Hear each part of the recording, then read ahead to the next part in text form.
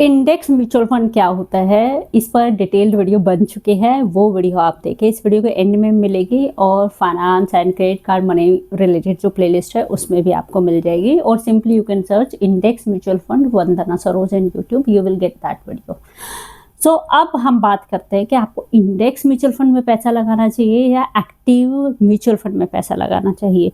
मैं एक थोड़ा सा ओवरव्यू दे देती हूँ ताकि आप समझ पाओ अच्छे से। ये दो म्यूचुअल फंड स्कीम मैंने ली है, इन दोनों का एग्जाम्पल मैं आपको देकर दिखाती हूँ। एक जो म्यूचुअल फंड स्कीम है ये है इंडेक्स। अब कैसे पता चलेगा कि ये इंडेक्स है, ये भी हम बात करेंगे। और ये है एक्टिव, इसको बोलते हैं पैसिव, और यहां पर इसको मैनेज करेगा फंड मैनेजर।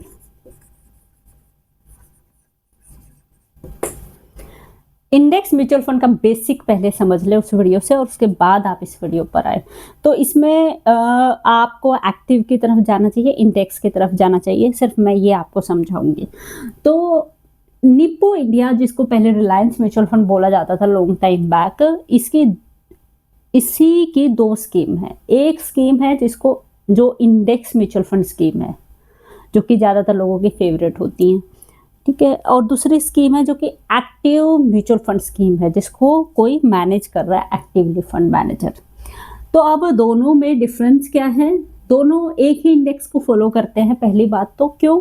क्योंकि इसका नाम देखो, निप्पो इंडिया स्मॉल कैप। अभी हम direct indirect growth dividend in सब के बारे में बात नहीं कर रहे हैं। तो आप Nippon India small cap mutual fund scheme, तो ये है आपकी एक एक्टिव म्यूचुअल फंड स्कीम। और निप्पो इंडिया स्मॉल कैप, बस इसके पीछे इंडेक्स लगा है 250 इंडेक्स। तो डिफरेंस क्या है? जिस भी म्यूचुअल फंड स्कीम के पीछे या बीच में कहीं पर इंडेक्स वर्ड आ जाए वो है इंडेक्स म्यूचुअल फंड स्कीम। जिस भी म्यूचुअल फंड स्कीम के अंदर इंडेक्स वर्ड ना हो वो है एक्टिव म्यूचुअल फंड स्कीम। दूसरा डिफरेंस क्या है कि सबसे पहले आप समझ लेते हैं कि इंडेक्स क्या होता है। तो हर म्यूचुअल फंड स्कीम किसी ना किसी इंडेक्स को फॉलो करती है। तो इंडेक्स का मतलब है कि ये परफॉर्मेंस दिखाता है कि भाई इस पर्टिकुलर, जैसे कि निफ्टी स्मॉल कैप 250, तो स्मॉल कैपिटलाइजेशन में जितनी भी 250 कंपनीज आती हैं उनकी परफॉर्मेंस कौन दिखाता है? ये पर्टिकुलर इंडेक्स दिखाता है। अब इसमें भी है काउंटिंग 251 से लेकर 500।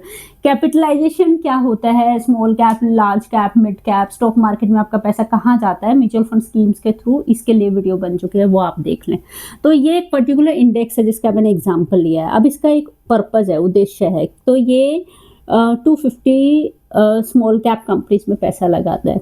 तो 250 स्मॉल कैप में जो भी म्यूचुअल फंड पैसा लगाती है वो फॉलो करेंगे इस पर्टिकुलर इंडेक्स को, और उनका काम है इस इंडेक्स, एक्टिव का काम है इस इंडेक्स को बीट करना, इससे ज़्यादा रिटर्न लेकर आना।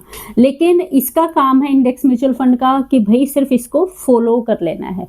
जो ये इंडेक्स कर रहा है हमने उसी कंपनीज को रखना है, सिर्फ उसको बिल्कुल कॉपी कैट करना है, उसको फॉलो करना है। तो जो इंडेक्स म्यूचुअल फंड है उसका काम नहीं है इंडेक्स से ज़्यादा रिटर्न लेके आना, उसका काम है इंडेक्स जितना रिटर्न लेके आना। वो भी काम नहीं है, जो इंडेक्स कर रहा है वही सेम कॉपी कैट हो जाता है, तो रिटर्न उतने ही आते हैं। अब जो फंड मैनेजर जहाँ पे इन्वॉल्व हो गए वहाँ पे खर्च बढ़ जाता है, एक्सपेंस बढ़ जाता है, क्योंकि एक पर्सन है, डेडिकेटेड है, स्पेशलिस्ट है, जो आपके म्यूचुअल फंड स्कीम के पैसे को मैनेज कर रहा है। तो इस वजह से इन दोनों में जो डिफरेंस है वो एक तो एक्सपेंस का आता है। तो मान लो कि अगर एक्टिव म्यूचुअल फंड स्कीम है तो उसमें मान लो एक्सपेंस हो सकता है 0.8%, एग्जाम्पल दे रही हूँ मैं, ठीक है। और पैसिव जो इंडेक्स है उसमें हो सकता है 0.3%। ये कम क्यों हुआ? क्योंकि यहाँ पर एक पर्टिकुलर पर्सन स्पेशली हर टाइम आपके पैसे के लिए काम कर रहा है, और उसका जो टारगेट है वो इंडेक्स को बीट करना है, इंडेक्स जितने रिटर्न लाना नहीं है। तभी तो लोग एक्टिव म्यूचुअल फंड की तरफ जाएंगे। अगर किसी को सिर्फ इंडेक्स जितने रिटर्न लाने हैं, 250 स्मॉल कैप इंडेक्स जितने रिटर्न लाने, तो वो इंडेक्स में क्यों नहीं डालेगा? वो क्यों जाएगा फंड मैनेजर की स्कीम के पास? तो फंड मैनेजर जो को मैनेज करती हैं, एक्टिवली मैनेज करते हैं जिस म्यूचुअल फंड स्कीम को, उनका काम होता है फंड मैनेजर को कि हमें इस इंडेक्स को, जिसको हम फॉलो करते हैं, जिसकी परफॉर्मेंस को हम फॉलो करते हैं, इस इंडेक्स को बीट करना है, इससे ऊपर जाना है रिटर्न्स में, ये काम होता है। तो अगर आपकी एक्टिव म्यूचुअल फंड स्कीम जिसमें फंड मैनेजर भी लगा हुआ है, उस पर्टिकुलर इंडेक्स को जिसको वो फॉलो करते हैं, जैसे इस म्यूचुअल फंड स्कीम्स में इनका इंडेक्स कौन है, स्मॉल कैप 250 है। तो अगर आपकी एक्टिव म्यूचुअल फंड इस इंडेक्स को बीट करके ज़्यादा रिटर्न नहीं दे पा रही है, वो भी एक्सपेंस को एडजस्ट करने के बाद, तो अगर इंडेक्स में 0.3 है, यहाँ पे आप एक्स्ट्रा दे रहे हो 0.8%, तो डिफरेंस 0.5% का आ गया, तो ये एडजस्ट कर दो, प्लस जो आपके एक्स्ट्रा रिटर्न आए। तो मान लो 10% इंडेक्स ने दिया है और आपकी जो फंड मैनेजर की स्कीम है उसने दिया है 11% रिटर्न, तो उसने इंडेक्स से 1% ज़्यादा दिया है फंड मैनेजर वाली स्कीम ने, ठीक है। तो यहाँ पे कितना डिफरेंस आ गया, 1%। तो 1% से माइनस कर दिया आपने खर्च, एक्सपेंस जो आप एक्स्ट्रा दे रहे हो इस एक्टिव म्यूचुअल फंड स्कीम के अंदर, तो आपका हो गया 0.5% का डिफरेंस। अगर आप खुश हो, हैप्पी हो, 0.5% एक्स्ट्रा रिटर्न आ रहा है मुझे सारे खर्च वर्च काटने के बाद भी, तो आपको लगाना चाहिए एक्टिव म्यूचुअल फंड में।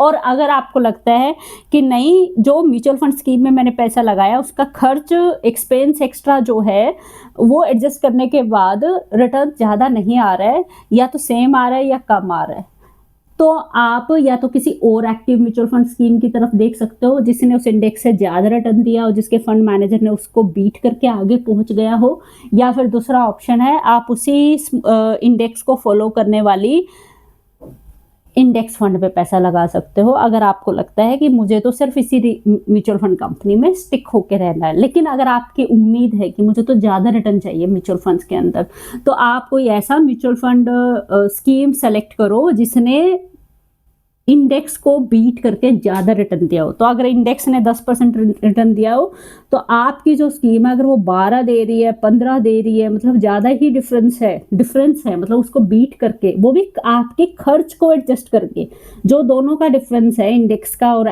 फंड मैनेजर वाली स्कीम का, उन दोनों के खर्च का जो डिफरेंस है वो एडजस्ट करने के बाद आपको उनके रिटर्न्स अच्छे लग रहे हैं, पास्ट रिटर्न्स जो आए हैं उस स्कीम के, तो आपको एक्टिव म्यूचुअल फंड की तरफ जाना चाहिए, ना कि इंडेक्स की तरफ। तो क्योंकि इंडेक्स को फॉलो करने का सिर्फ 2 ही कारण होते हैं, एक तो एक्सपेंस कम है, दूसरा लोगों को लगता है कि पता नहीं फंड मैनेजर रिटर्न ज़्यादा दे पाएगा, इंडेक्स से नहीं दे पाएगा, तो आंख बंद करके इंडेक्स में डाल दो, भाई इंडेक्स की तरह रिटर्न तो मुझे मिल ही जाएगा आराम से। क्यों? क्योंकि ये इसको बिल्कुल ब्लाइंडली फॉलो करती है, इंडेक्स म्यूचुअल फंड स्कीम अपने इंडेक्स को ब्लाइंडली फॉलो करती है, उसमें कोई चेंज नहीं होता। जितनी कंपनी जा रही है, कम हो रही है, सेक्टर में जितना भी एक्सपोजर कम हो रहा है, ज़्यादा हो रहा है, कौन सा सेक्टर अच्छा कर रहा है, जो इसका है इंडेक्स का काम, वो सारी चीज़ें कॉपी कैट होकर इंडेक्स म्यूचुअल फंड फॉलो करता है, इसलिए इसको इंडेक्स म्यूचुअल फंड बोला जाता है। तो एक ज़्यादातर जो म्यूचुअल फंड कंपनीज है उसके अंदर आपको दोनों तरह की स्कीम मिलती है, एक्टिवली म्यूचुअल फंड स्कीम भी मिलती है उस पर्टिकुलर इंडेक्स से रिलेटेड। मान लो आपको मिड कैप में लगाना है, मान लो आपको लार्ज कैप कंपनीज में लगाना है, तो लार्ज कैप की स्कीम के अंदर दोनों तरीके की स्कीम मिलेगी मोस्टली म्यूचुअल फंड कंपनीज में। इंडेक्स लार्ज कैप भी मिलेगी जो कि उसके इंडेक्स को फॉलो करती है ब्लाइंडली, उसका नाम इंडेक्स वर्ड जरूर होगा उस म्यूचुअल फंड स्कीम के अंदर। और एक्टिव भी मिलेगा जिसमें कि फंड मैनेजर जो है वो एक्टिवली आपके पैसे को लगाता है लार्ज कैपिटलाइजेशन कंपनी में और उसी इंडेक्स को फॉलो करती है जिसको इंडेक्स कर रहा है, large cap index mutual fund scheme कर रहा है। तो इंडेक्स एक ही होता है, स्कीम 2 तरीके की होती है। जो स्कीम ब्लाइंडली आपके इंडेक्स जितना रिटर्न लाती है उसमें खर्च कम होता है, और जो स्कीम आपके इंडेक्स से ऊपर जाने की सोचती है तो उसमें खर्च थोड़ा ज़्यादा होता है।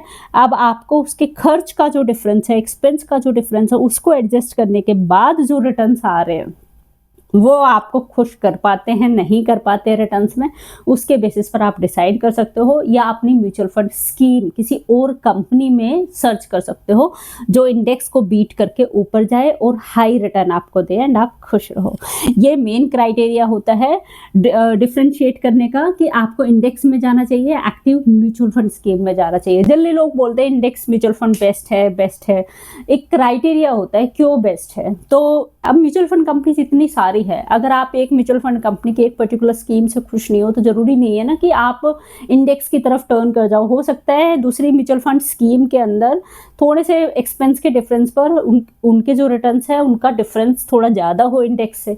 अब कई बार ऐसे लोग बोलते हैं कि लॉन्ग टर्म में इंडेक्स को बीट नहीं कर पाई काफ़ी सारी म्यूचुअल फंड स्कीम, इसलिए इंडेक्स में पैसा लगा दो।